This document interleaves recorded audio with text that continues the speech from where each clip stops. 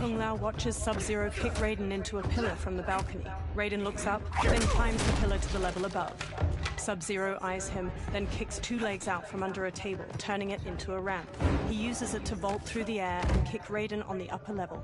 Raiden staggers into a bar counter where a man drinks. Raiden grabs a cleaver from a pig's head sitting on the bar and swings it at Sub-Zero. Sub-Zero weaves around the blade and Raiden slices off the cap of the man's liquor bottle. He pours it into a cup. Sub-Zero blasts ice at Raiden, freezing his hands to the bar. The man plucks a bit of the ice and drops it into his drink. Kung Lao throws his hat at Sub-Zero's head. It bounces off harmlessly. Smirking, Kung Lao shrugs. Incompetent. Kung Lao chucks a circular chakram decoration. It nicks Sub-Zero and plunges into a wall. Oh, that works. I have had enough of you. Then go, before I put you down like the rest of your Lin Kuei. You haven't a prayer against the Lin Kuei's Grand Master. Fight!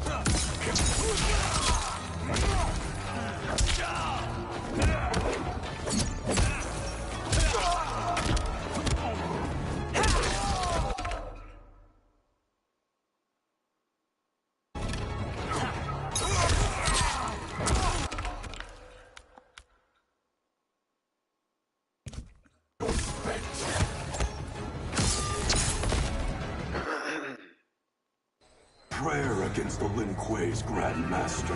Fight!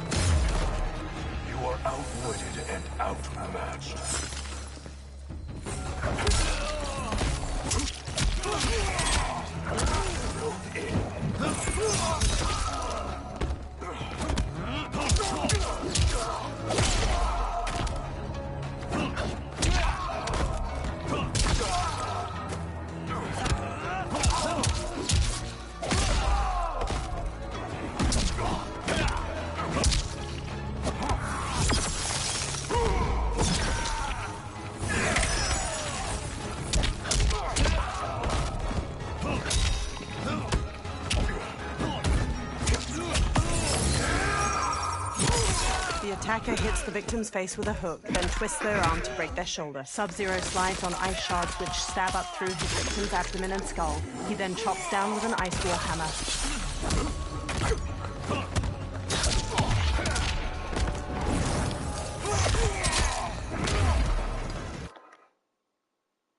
Prayer against the Lin Kuei's Grand Master. Fight!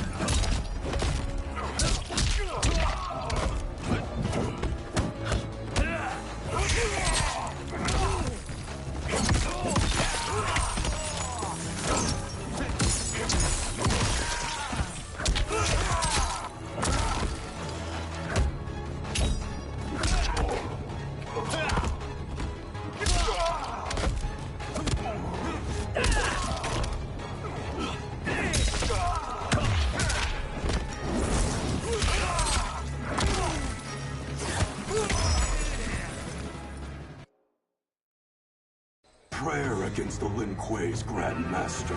Fight.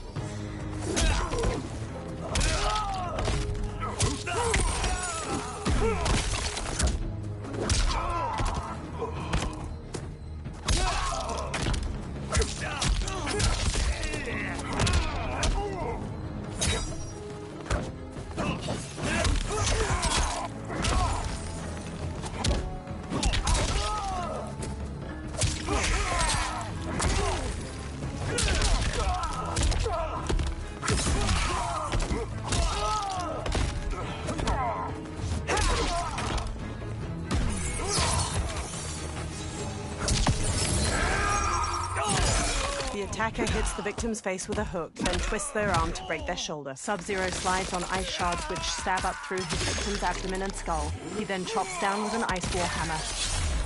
You are outwitted and outmatched.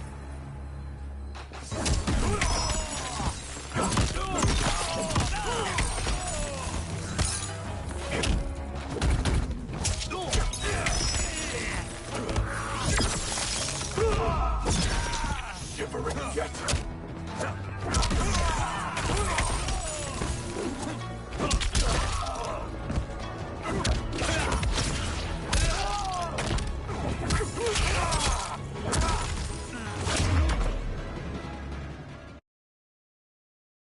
Prayer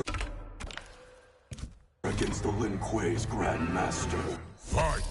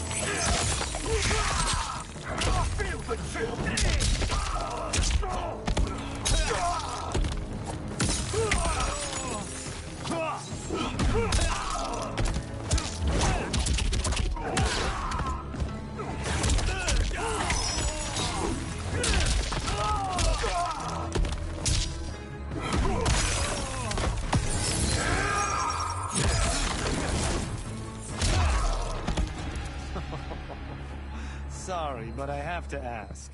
Can any of you explain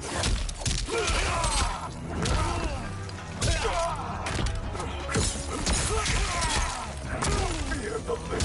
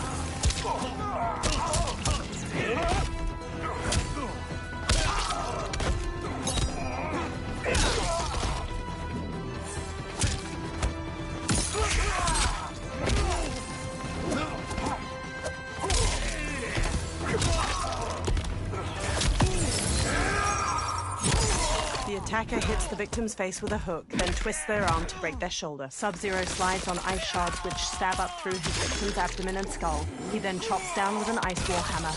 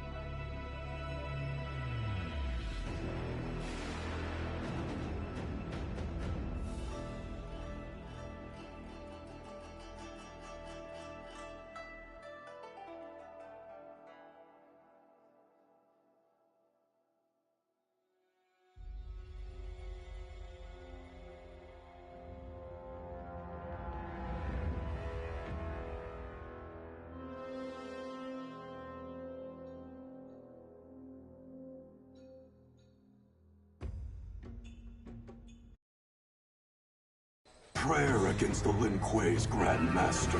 Fight!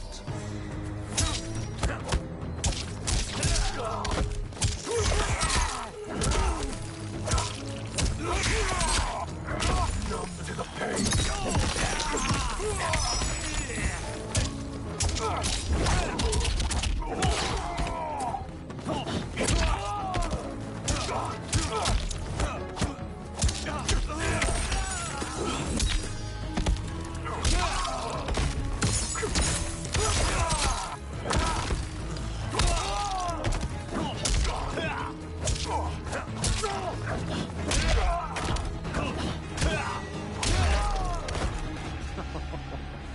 Sorry, but I have to ask. Can any of you Wei fight?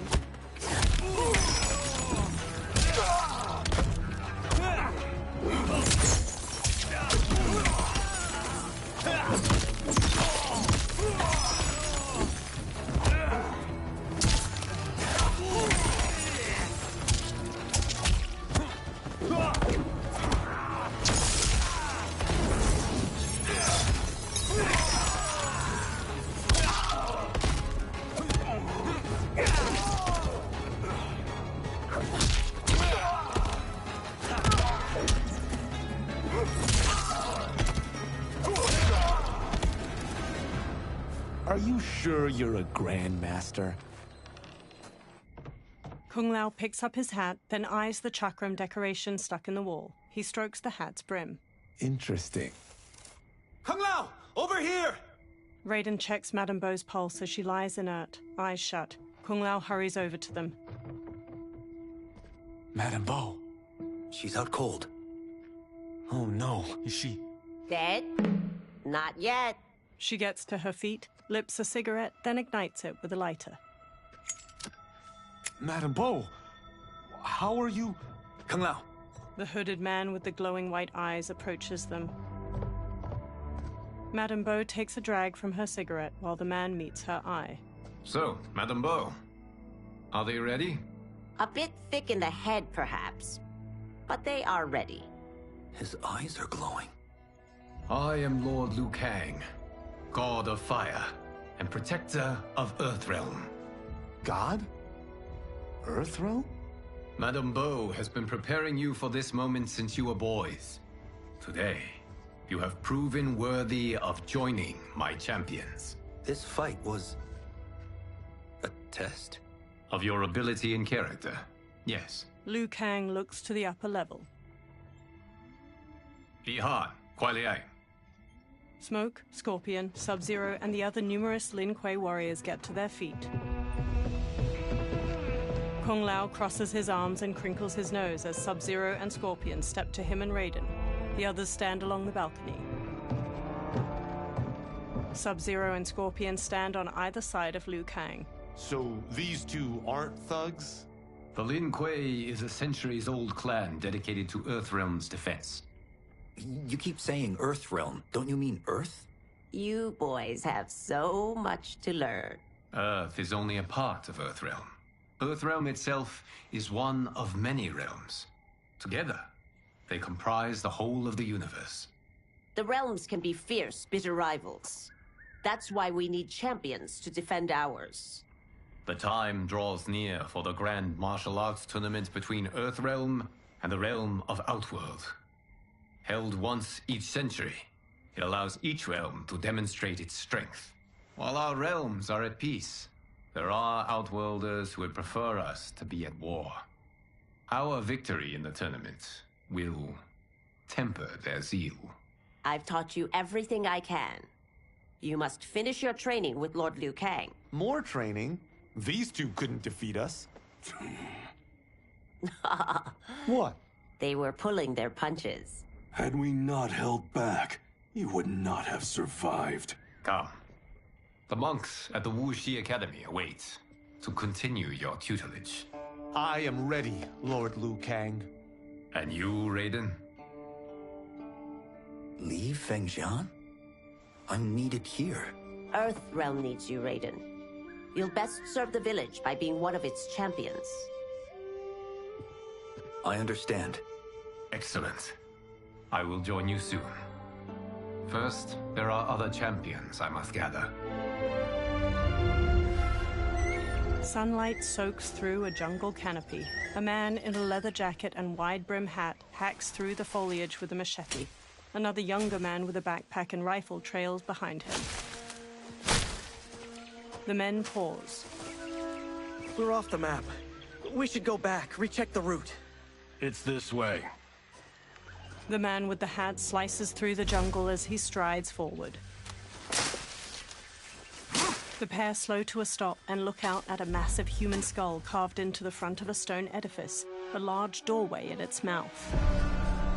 The temple. The pair move along a ruined stone pathway leading to the temple entrance. They stop near a seated woman. Flies buzz around her. The man with the hat shines a flashlight in the woman's face, revealing her to be a corpse with various darts sticking from her. Rot partially covers her face and her glassy eyes gaze blankly out. A swarm of beetles scurry out of her mouth. God damn it, Alessia. He cringes as the younger man's face draws tight. They examine numerous holes on the temple doorway. The darts came from here. The man leaves through a journal filled with notes and drawings of venomous animals. Can you open it? Without killing us? Let's hope so. The temple doors open.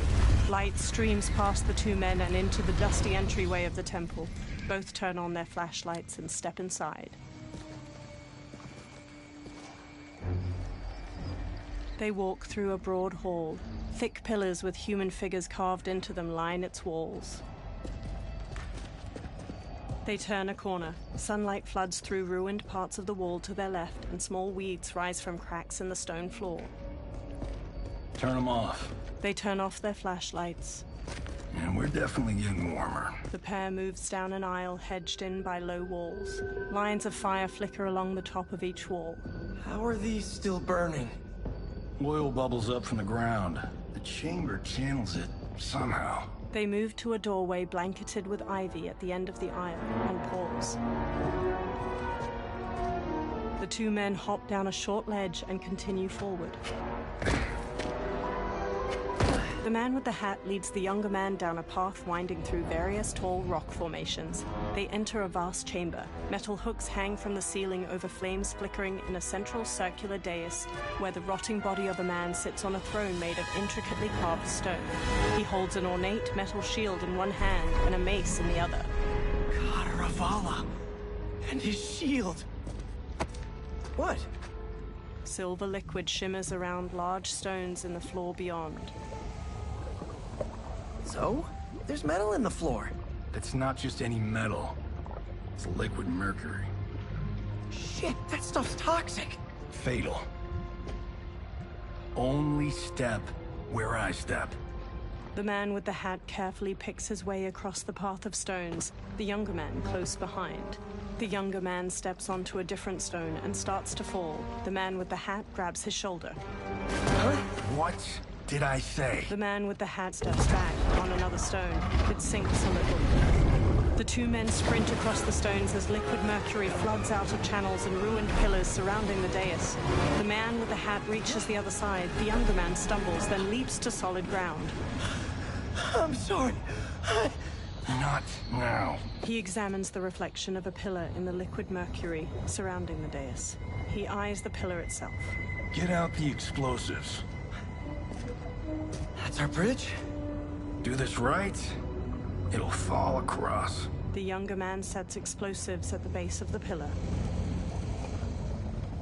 A gnarled hand shoots up from the liquid mercury. Two armored women with tattered bat wings rise up. Kalima? They're real? The Kalima fly toward them. Keep working. I'll take care of the she-beasts. You disturb Catarabala's slumber. For your sin, you die. Fight!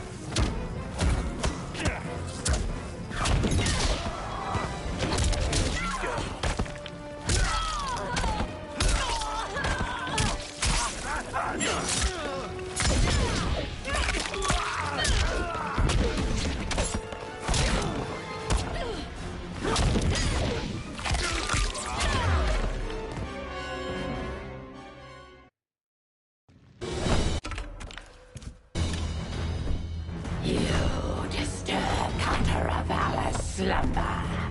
For your sin, you die. Fight!